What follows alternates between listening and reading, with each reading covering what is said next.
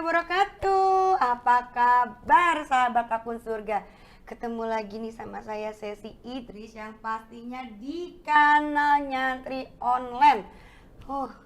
Ini pasti kalian sudah subscribe, like, comment, and share. Kalau belum, sekarang juga. Kalau mau tahu ilmu agama lebih dalam lagi, sekarang juga like, comment, share, and subscribe. Oke, sekarang. Sudah? Alhamdulillahirabbil alamin. Akhirnya kan ketemu lagi kan di kanalnya Nyantri Online hari ini. Kira-kira ngebahas apa ya sesi hari ini dan sama siapa? Nih, di kiri kanan aku udah ada orang-orang hebat pastinya yang selalu nemenin aku. Di sebelah kiri aku, wassalamualaikum warahmatullahi wabarakatuh. Waalaikumsalam warahmatullahi wabarakatuh. Waduh, Abang Ustadz ini Dr. Abdul Muid. Yap, benar. Sehat, Pak? Alhamdulillah. Alhamdulillah. Saya kadang-kadang pengen manggil abang, pengen manggil bapak gitu. Cuman nggak apa-apa lah ya. Yang penting kita tetap muda ya nggak Pak? Ketawa-ketawa. Jangan manggil embah aja. Nggak boleh ya? Iya, jangan. Ada Bang Catur yang senyum-senyum semakin ini kayaknya nih mukanya tuh semakin kinclong gitu. Apa kabar Bang Catur? Alhamdulillah baik. Alhamdulillah. Mbak Sesi Sehat gimana ya? kabarnya? Harus sehat, harus baik. Amin. Pastinya kalau sekarang tuh yang penting kita sehat. Ya kan, kalau sakit tuh langsung denger gimana kabarnya sakit. Waduh, Aduh. sakit apa nih? Gitu. Orang udah sugesti aja ya kan. Jadi yang penting tuh sekarang kita kabarnya harus sehat gitu ya. Amin. Pak Ya Ustadz, Rabbal ya. Amin. Pak Ustadz, Bang Catur, kita diketemuin lagi nih hari ini. Yang pastinya aku punya sesuatu yang pengen aku keluarin sih Pak Ustadz, ya pengen aku unek-unek aku nih. Mungkin Bang Catur juga ya pengen punya unek-unek seperti ini. Kita pengen banyak tahu dari Pak Ustadz, yaitu adalah maafku untukku. Ya. Kenapa ya? Kok maafku aku yang maafin untuk aku juga ya nggak Mas Catur? Harusnya untuk orang lain ya. Harusnya untuk Maafku orang lain untuk ya, orang kan? lain gitu. Ya maaf Memberikan ya, maaf aku maafin gitu ya Mas Catur gitu Iya, ya harusnya. iya, betul. Kenapa untuk aku gitu? Terus kalau Mas Catur, aku ke Bang Catur dulu ya. Ya. Kalau Bang Catur nih, pernah nggak sih kayak ngerasa aku harus memaafkan deh? Pokoknya aku harus maafin dan dia harus maafin aku gitu. Ya itu sering Jadi banget bukan itu. bukan buat aku, karena kan kita mikirnya kita minta maaf sama orang yang harus maafin kita gitu kan ya. Iya, Gitu. Iya, jadi sering banget ya merasa misalkan udah disakiti sama orang. Masa saya memaafkan dia bukan memaafkan diri saya bukan memaafkan dia. Itu Iya. maksudnya gimana ya Ustadz ya? Saya juga tidak tahu Ih, sungguh Pak yang Ustadz bikin, mah, kita kan nanya sama Pak yang bikin tema siapa juga saya nggak tahu. Pak Ustadz mah pakai nanya lagi.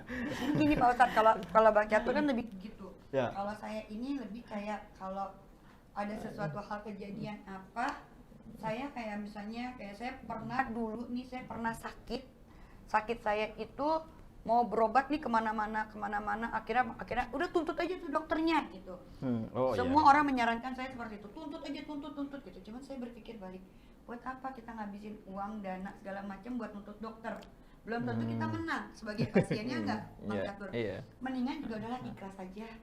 Bismillah, ikhtiar sama Allah. Itu prinsip saya ya. Ya. Maksudnya kalau saya sembuh alhamdulillah, kalau saya memang ya akhirnya saya nggak bisa apa-apa juga harus gimana ya itu udah qadarullah gitu. Iya benar. Tapi kenapa harusnya saya yang harus memaafkan diri saya sendiri pada akhirnya gitu loh Pak Ustadz? Apa sih manfaat kita memaafkan diri kita? Kalau tadi kasusnya tadi ya bahwa dengan dokter itu atau dengan apapun, kalau dari sudut pandang maaf ya itu sama dengan menang jadi abu kalah jadi arang gitu. Jadi tidak ada gunanya gitu melakukan. Jadi udah benar yang Mbak Sesi lakukan itu karena tidak melakukan tuntutan segala karena menang jadi abu kalah jadi arang. Dari sudut pandang konsep maaf dalam Islam ya seperti itu. Kalau saling maafkan justru saling menguntungkan dua-duanya. Tidak ada yang jadi abu dan tidak jadi arang. Dua-duanya jadi bunga mungkin yang berkembang. Seperti itu. Jadi begini kan kenyataannya bahwa dalam hidup ini kita itu hanya dua kemungkinan kan. Bisa menjadi objek perbuatan salah orang lain atau kita sebagai pelaku kesalahan sendiri. Itu aja.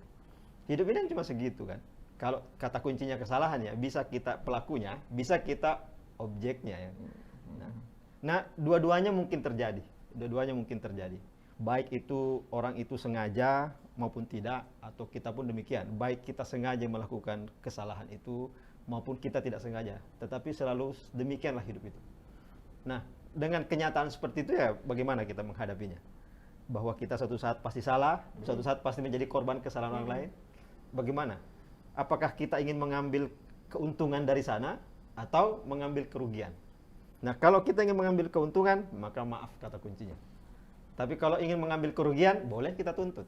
Tidak masalah. Dalam Al-Quran memang boleh menuntut. Tidak ada salah menuntut. Misalnya ada kesalahan dituntut, dalam Islam itu boleh. Cuma biasanya kalau ayat bicara tentang tuntut menuntut itu, di ujung ayatnya selalu dibilang memaafkan lebih baik.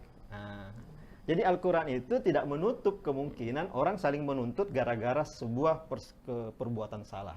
Karena itu manusiawi kan, orang kesal, orang tidak marah misalnya. Al-Quran memberi ruang untuk itu. Ada pengadilan, ada tuntutan. Yang penting jangan main hakim sendiri. Tetapi Al-Quran selalu menutup ayatnya dengan memaafkan itu jauh lebih baik. Kenapa? Kalau dengan maafkan dua-duanya untung. Dan kalau salah satunya melakukan tuntutan, maka dua-duanya ada kemungkinan rugi. Kalaupun untung kecil. Karena paling tidak untungnya itu duniawi untungnya. Paling tidak duniawi. Misalnya gini, saya menuntut orang, ya. Saya tuntut apa? Saya biasanya misalnya kalau kesel ya. Misalnya tadi kasusnya sama dokter itu, kira-kira maksimal tuntutan empok sesi, empok aja ya. Empok, maafnya juga dipanggil nggak apa-apa ya Bang Jatuh ya. Apa untungnya? Misalnya kita tuntut dia minta maaf di depan publik, itu kan paling. Atau misalnya kita tuntut materi, berapa yang kita bisa tuntut? Terus kalaupun itu sebesar apapun, kita hanya untung di dunia, di akhirat nggak untung apa-apa. Tapi kalau kita maafkan, kita untungnya di dunia, untung juga di akhirat. Apa untungnya di dunia? Ya, kita tenang. Jangan kira loh kalau kita memaafkan itu lebih lega siapa? Yang dimaafkan atau yang memaafkan? Lebih lega yang memaafkan daripada yang dimaafkan. Kalau itu untuk misalkan nih udah disakitin sama orang, terus misalkan dipukul lah atau digibai gitu ya. Apakah misalkan kita memaafkan atau tidak memaafkan nanti hitung-hitungannya di akhirat gitu. Saya kadang-kadang gini, dia udah melakukan menyakiti saya gitu. Saya nggak akan memaafkan itu sampai akhirat itu karena saya tahu di akhirat itu hitung-hitungannya pasti yang pernah saya tahu itu dari ustadz saya dulu pas waktu masih kecil itu kan bilang ketika menggibai orang, ketika kita digibai berarti kita akan menerima pahala dari orang yang menggibai gitu. Nah itu apakah artinya kalau memaafkan nanti kita nggak dapat pahala itu dong? Itu gimana Ustaz? Tidak. Kalau kita tunda sampai akhirat, kita cuma dapat satu, yaitu kita mengambil pahalanya dia sebagai pengganti atas dosa dia di dunia. Tapi kalau kita maafkan, kita dapat dua. Karena memaafkan ada pahalanya juga. Tapi kalau kita biarkan sampai akhirat, nggak ada istilah memaafkan di akhirat, kan di akhir udah selesai itu persoalan. Jadi kalau kita maafkan di dunia, maka kita dapat pahala dua. Pahala karena kita digibah itu pasti, pahalanya pasti kita. Kemudian kita dapat pahala karena memaafkan. Dan lebih jauh kita menjalin silaturahmi, lebih besar lagi pahalanya. Jadi bisa 3 pahalanya. Tapi kalau kita biarkan sampai akhirat, dapat 1 pahalanya saja. Yaitu dapat tadi lebih sedikit pahalanya ya? Kita ambil. Kalau hitung-hitung matematikanya lebih Tapi sedikit. Pak Ustadz ini ngomong enak banget ya, maafkan gitu ya. Maafin Pak Ustadz. Iya, padahal saya belum tentu juga berani maafkan ya. Memang ya, kalau kita tuh ngomong memaafkan itu gampang banget ya Mas Catur ya. Iya deh saya maafin, iya deh saya maafin. Tapi kenyataannya Pak Ustadz, memaafkan itu berat-beratnya Pak Ustadz. Gimana biar kita tuh ikhlas. Iya saya maafin. Bukan gini, iya Pak Ustadz saya maafin. Iya Pak Ustadz, gitu-gitu terus gini lagi. Kan biasanya manusia seperti itu Pak Ustadz. Gitu. Jadi, memaafkan tuh hanya dari mulut, coba gimana Pak Jadi Ustadz? memaafkan itu berat ya? Berat. Ya udah biar aku saja. Ya Allah. Jadi gini, kalau Ustadz aja nanggung. Benar-benar. Jadi maaf itu ya pertama yang berat. Ada 2 hal yang bisa kita ambil dari berat memaafkan itu. Pertama adalah memang kesalahan itu ada 2 macam arahnya. Kita bersalah sama Tuhan atau bersalah sama manusia. Atau makhluk lain lah. Ada 2. Makhluk lain tuh apa lagi Pak Ustadz? Tadi kan disebut tadi. Selain ya berdosa sama pohon misalnya ditebang tanpa alasan itu dosa sama pohon. Iya benar. Nah, kalau pada Tuhan bisa saja misalnya kita tidak sholat misalnya atau apa, lebih mudah memaaf. Jadi minta maaf sama Tuhan kan nggak berat, ya kan? Berat nggak minta maaf? Nggak berat sama Tuhan. Dan Tuhan dia tidak berat atau Allah SWT tidak berat memberi maaf. Nah, tadi itu berat itu meminta maaf dan memberi maaf kepada manusia. Gitu. Kenapa Allah Subhanahu wa taala tidak berat memberi maaf ya kalau kita minta maaf? Karena Allah tidak punya kepentingan apa-apa. Allah Maha Kaya. Mau ngasih apa dikasih. Ya, mau ngasih apa, mau minta apa aja dikasih gitu sama Allah. Termasuk minta maaf diberi. Karena Allah Maha Kaya maaf. Nah, manusia kan tidak. Makanya sini harus menjadi perhatian bagi kita bahwa jangan menggampangkan bersalah sama manusia, jangan. Bukan juga jangan menggampangkan bersalah sama Allah ya, tapi tidak. Tapi karena manusia itu ada 2 tahap yang harus kita lalui. Harus melalui maaf dia, baru Allah memaafkan kita. Dan itu susah. Kenapa manusia susah maafkan? Karena manusia itu punya kepentingan. Ya, kita punya emosi, punya apa. Itu yang susah. Kenapa kita susah memaafkan? Ada kita punya ego. Kita lagi benar nih. Ya. Dia salah, nah, kita kemudian merasa lebih tinggi dari dia, kemudian kita tidak mau memaafkan dia. Padahal kalau kita mau berpikir lebih jauh, tadi kan di awal kita sudah bilang bahwa kita itu cuma 2 kemungkinan, bisa merupakan objek kesalahan, bisa pelaku kesalahan. Tidak ada jaminan kan, kita tidak punya kesalahan kan. Nah, disitulah kita harus meminta maaf, memberi maaf kepada manusia, karena di satu saat nanti pasti kita butuh maaf. Kalau bukan di bumi, di dunia, di akhirat kita butuh. Lah, kenapa tidak kita beri sekarang kalau memang kita masih bisa beri? Karena kita tahu kita pasti butuh.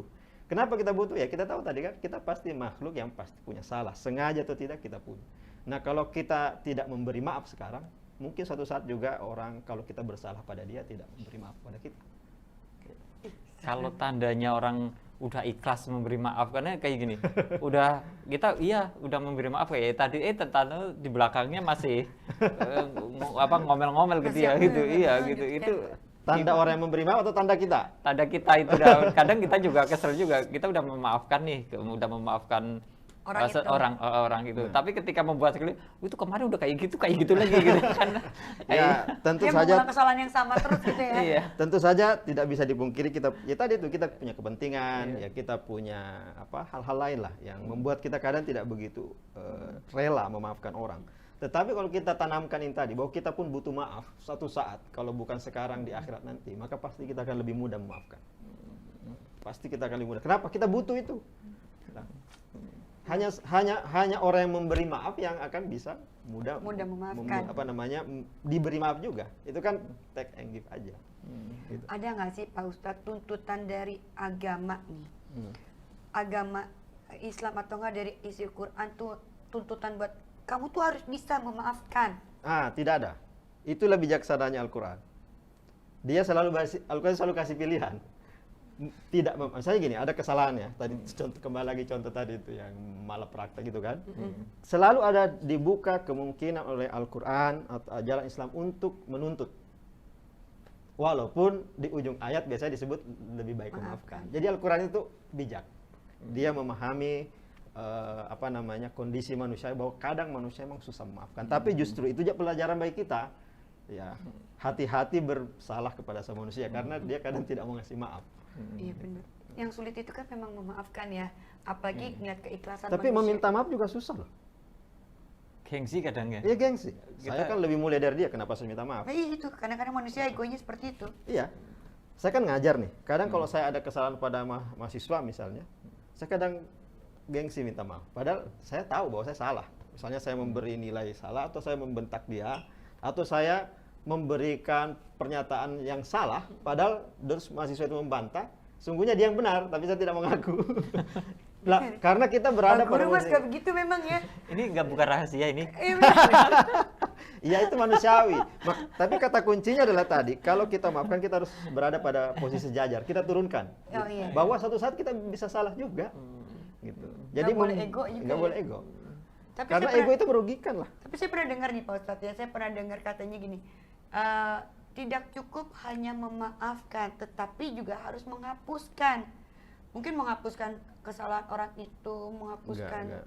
yang pernah dia menyakiti kita, katanya itu sulit ya Pak Ustadz. Tidak mungkin menghapuskan, kan ingatan ya, itu menghapus ingatan susah. Karena sakit itu susah dihilangin ya. Iya. Ya betul, makanya penekanan agama itu tidak pada menghilangkan rasa sakit, dimaafkan itu, tidak pada melupakan, tidak, tetapi kesadaran bahwa suatu saat kita punya salah juga, itu saja yang penting. Jadi Al-Quran tidak memaksa kita misalnya harus lupa, ya. Tidak maafkan, tapi tidak melupakan. Tidak terlalu penting dalam agama melupakan. Karena kesalahan yang kita perbuat itu orang yang perbuat kepada kita juga tidak sepenuhnya kesalahan dia ya Pak Ustadz. Iya, betul. Harusnya Betul. kita juga mengintrospeksi diri Iya. kita ya. Kenapa orang itu kok jahat sama aku? Iya. Kenapa orang itu kok melakukan itu sama aku? Betul, itu menarik. Apa yang salah sama diri aku? Ya. Betul. Jadi makanya kenapa temanya kan aku bikin gitu, memaafkan ya untuk aku gitu, karena mungkin ya nggak mungkin ada orang jahat kalau mungkin aku nggak berbuat salah atau jahat Betul. ya, karena Kayak kita orang berpikir- ngomongin kita kan, misalnya Iya. orang ngomongin kita. Berarti kan kita melakukan. Ya kan? Iya benar. Pilihan cuma dua, kita melakukan atau tidak melakukan. Nah kalau kita tidak melakukan, kenapa kita tidak maafin tuh? Kita tidak melakukan. Terus kalau kita melakukan, ya memang kita melakukan. Kenapa kita tidak maafin?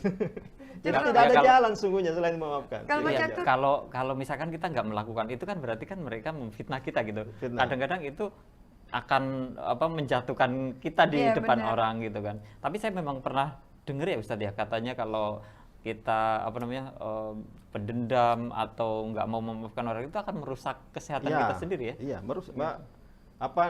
setiap sesuatu yang buruk, ya, kita melakukan keburukan, dia balik lagi ke kita.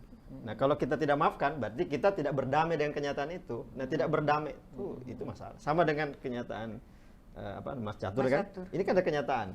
Nah kalau tidak berdamai dengan itu, siapa yang rugi coba? Mas Catur. Mas Catur. Nah sama dengan kesalahan itu, kalau Iya. kita tidak berdamai dengan itu, baik kesalahan yang orang lakukan, ya misalnya orang kesalahan lakukan ke kita, dan kita tidak berdamai dengan itu, yang rugi kira-kira kita yang rugi. Teringat terus sama dia, ini yang kemarin mengganggu saya misalnya. Yang rugi siapa? Sebenarnya kita. Iya. Tapi kalau misalkan nih ada kejadian itu menyangkut saya ya, ketika misalkan dibohongin oleh temen dalam hal tertentu misalkan. Nah, untuk hal tertentu itu saya kayak nggak percaya. Misalkan nih, Iya. misalkan ini contoh ya, misalkan saya bergaul dengan si A. Ketika si A itu membohongin janjinya ke saya, misalkan minjem duit ya yang sering, tanggal sekian dibalikin nih. Tanggal sekian dibalikin, terus akhirnya dia nggak dibalikin dan bahkan menganggap lupa. Iya. Nah, udahlah saya maafin, tapi saya tidak akan meminjamkan dia lagi kepada itu termasuk memaafkan nggak Ustaz? Iya, jadi tadi kan kalau utang dengan kesalahan dia kan karena tidak membayar. Sedangkan salah yang utang itu tetap harus dibayar. Itu dalam Islam bahkan kalau orang meninggal kan ada pengumuman. Kalau ada utang hubungi. Kenapa Iya. begitu penting? Nabi sendiri kalau dalam sebuah sabda mengatakan tidak boleh dimakamkan, ya. Dimakamkan Tidak sebelum boleh lunas disolatkan dan semua. iya selesai semua. Memang ada yang kayak gitu Mas Catur. Ada, Oh, ada. ada. Itu rasa keselnya tuh kayaknya berlipat-lipat ya, kita udah capek-capek. Iya, makanya saya kadang-kadang saya bergaul sama dia, baik sama dia, tetapi kalau masalah utang jangan, enggak, gitu. Kadang saya nggak mau, Ada. enggak, Memang, iya oke lah, memang. ya Ada. untuk oke lah yang kemarin saya maafin, nggak dibayar nggak apa-apa, tapi jangan sampai ketika Iya, saya benar. udah membatasi diri ketika dia meminjam sama saya lagi, udah saya nggak akan ngasihkan apapun alasannya, saya akan menolak gitu kan. Nah itu apakah itu disebut dengan Dendam. udah ikhlas atau yang memang sih sebelumnya udah saya mencoba ikhlasin, tetapi ketika mau minjem lagi saya udah nggak mau lagi, itu kan kayaknya nggak ikhlas ya sebenarnya. Enggak, itu ikhlas, itu manusiawi. Bisa, Manusiawi kan peringatan bahwa kalau kita berbisnis dengan dia kita bakal rugi kan. Itu kan berbisnis Iya. sesungguhnya. Dan itu juga ada di Al-Qur'an ya. Maksudnya Ada. kalau orang yang merugikan itu harus kita hindarin ya. Ya harus dihindari dalam hal itu, tapi Iya. Dengan tentang yang silaturahmi lain. Iya, tetap. silaturahmi Urusan tetap. itu doang. Iya, iya. Gitu. Urusan Itu duniawinya doang. dihindarin. Iya. Tapi itu pun dunianya hanya itu doang. Iya, gitu. benar. Yang Tidak lain sih tidak meminjam. masalah. Bahwa- Kalau saya sih seringnya melakukan seperti itu. Kalau bergaul atau membantu yang lain itu bisa ini ya, walaupun nggak cuma di situ, atau misalkan janji dalam hal lain gitu, atau dia nggak pernah tepat waktu gitu kan, itu dia orang nggak bakal tepat waktu, nggak usah pergi sama dia dah gitu misalnya seperti itu. Tapi satu hal yang menarik ya, kalau misalnya kita berada pada posisi, saya misalnya berada pada posisi Mas Catur ya, kita bersyukur lah. Oh iya. Kenapa? Kita masih berada pada posisi dimintai Iya, gitu. iya. Coba kalau kita berada pada posisi meminta. Iya benar. Coba. Pak. Nah, Pak, maksud Itu- saya itu menarik, dengan Pak. pikiran seperti Iya, itu, benar. kita bisa lebih lembut lagi melihat persoalan itu. Ya. Orang mungkin kesel karena di uang yang kita pinjamkan tidak dibalikin. Ya. Mungkin, oke. Tapi Bayangkan kalau kita berada posisi yang berbeda, kita lah justru yang terkenal sebagai tukang minjam gitu kan. Iya, iya. Itu lebih parah bener, lagi. Iya. Nggak kepikiran Benar, sama kita iya, ya, nggak Mas, kepikiran ya. saya, betul-betul. Oh iya bener ya, kita beruntung karena kita orang yang ingin dipinjemin gitu Iya. ya. Betul. Dan dia orang yang minjem kayak minta dong, minta sana sini gitu. Iya. Dan dosanya ya dia sendiri Dia nanggung, sendiri mau dia nanggung. bayar mau enggak, Iya. ya itu urusan Iya. dia sama Allah. Nah, Kalau kalau kita kan kalau dengar itu kira-kira masih kesel gak sama orang itu? Enggak kan? Iya. Iya, jadi membuka pikiran saya ini iya, jadinya. aku juga kepikiran ya, bener. Iya, kalau posisinya saya seperti dia, gimana dia ini jangan-jangan di apa namanya Gali di lubang keluarganya tutup gitu, lubang. gali lubang tutup lubang. Kita nggak tahu ya apa namanya kehidupannya dia itu seperti apa. Kita kan nggak bisa setiap 24 jam Memantau. dia, Nggak kita bisa. tahu mungkin dia di keluarganya di ini gitu ya, di luar sana atau di yang di jauh gitu ada masalah, kita juga nggak tahu. Jadi ya Pak Ustadz, kalau misalnya ini kita ketemu dengan orang yang hanya di mulut saja berbicara. Jadi misalnya nih dia hanya berbicara kayak bilang dong sama Sesi saya minta maaf, misalnya seperti itu. Tanpa dia Langsung. sama saya gitu, bilang dong sama keluarganya saya minta maaf, tanpa dia langsung ke keluarga saya, padahal dia tahu rumah saya, dia tahu keluarga saya gitu. Bahkan nomor HP enggak saya blok sih. Jahat ya, Bukan jahat ya. jahat. Ya Allah maaf ya, ya Allah. Cuman banyak hal yang saya rasa kayak kenapa harus lewat orang minta maaf? Toh kita masih hidup gitu kan? Ya ibaratnya gitu ya, masih hidup kok. Tahu rumah saya di mana, tahu saya kerjanya di mana, Yeah. sosmed saya juga nggak saya close friend gitu.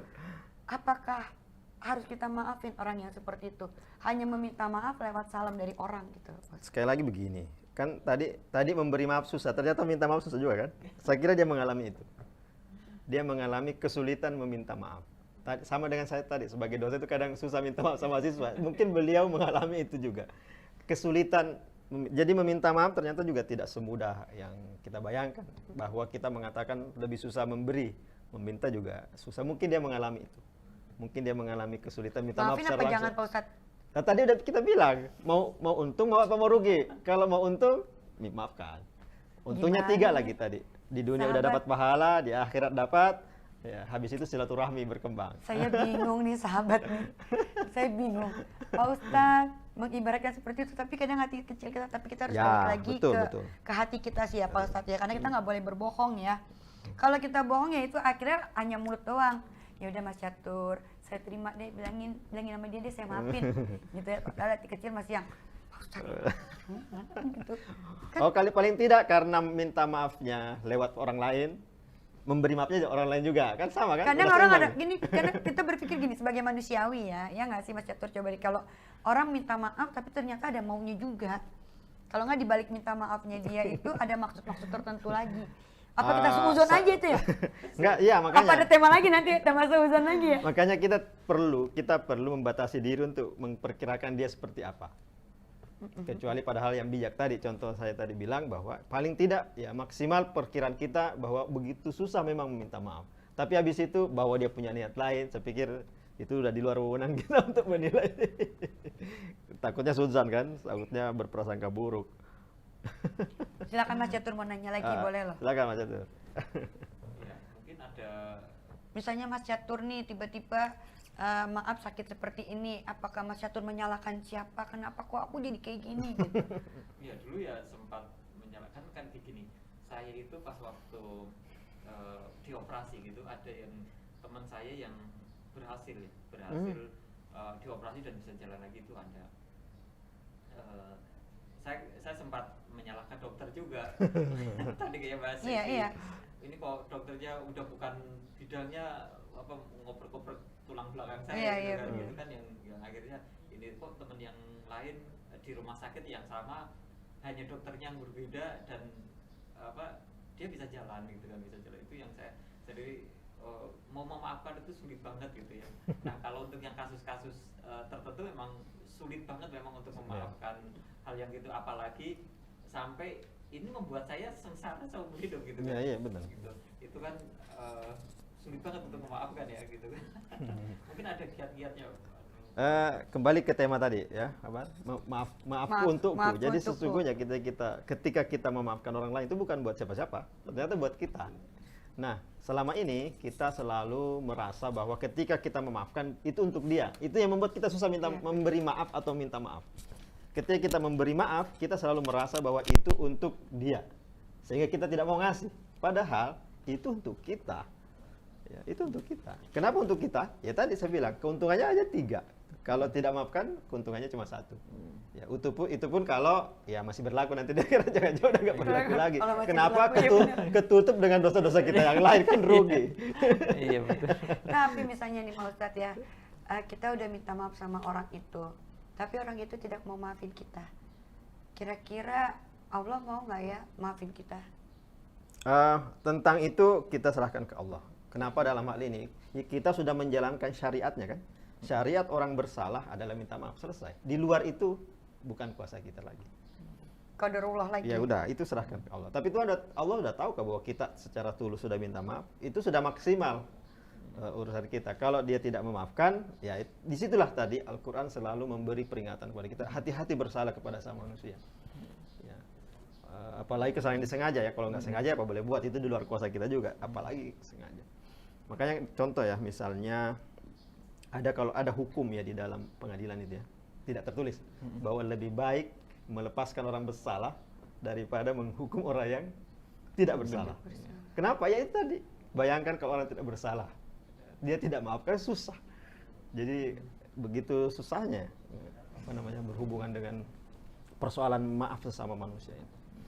Tetapi itu kita tekankan ke orang itu. Kalau kita tekankan ke diri kita kembali lagi tadi bahwa kita pasti ada kemungkinan untuk bersalah. Karena itu kita perlu untuk Tapi aku memang ngerasain sih ya, ketika aku memaafkan sesuatu gitu, ya itu balik lagi ke aku. Ketika aku memaafkan sesuatu, aku mendapatkan kayak hal yang lebih positif aja gitu ke aku. Entahkah itu ada rezeki yang dari mana, entahkah itu aku tiba-tiba sehat dari penyakit itu sendiri waktu itu gitu, tanpa aku harus dendam segala macem. Aku mengikhlaskan, padahal si dokter sendiri juga nggak minta maaf gitu kan, malah tetap kayak itu bukan salah aku gitu. Orang dia datang baik-baik aja kan, itu di rumah kejadiannya kan kita dongkol ya. So dokter tinggal bilang ya udah balik ke sini deh, saya obatin kan gitu, kita lebih tenang.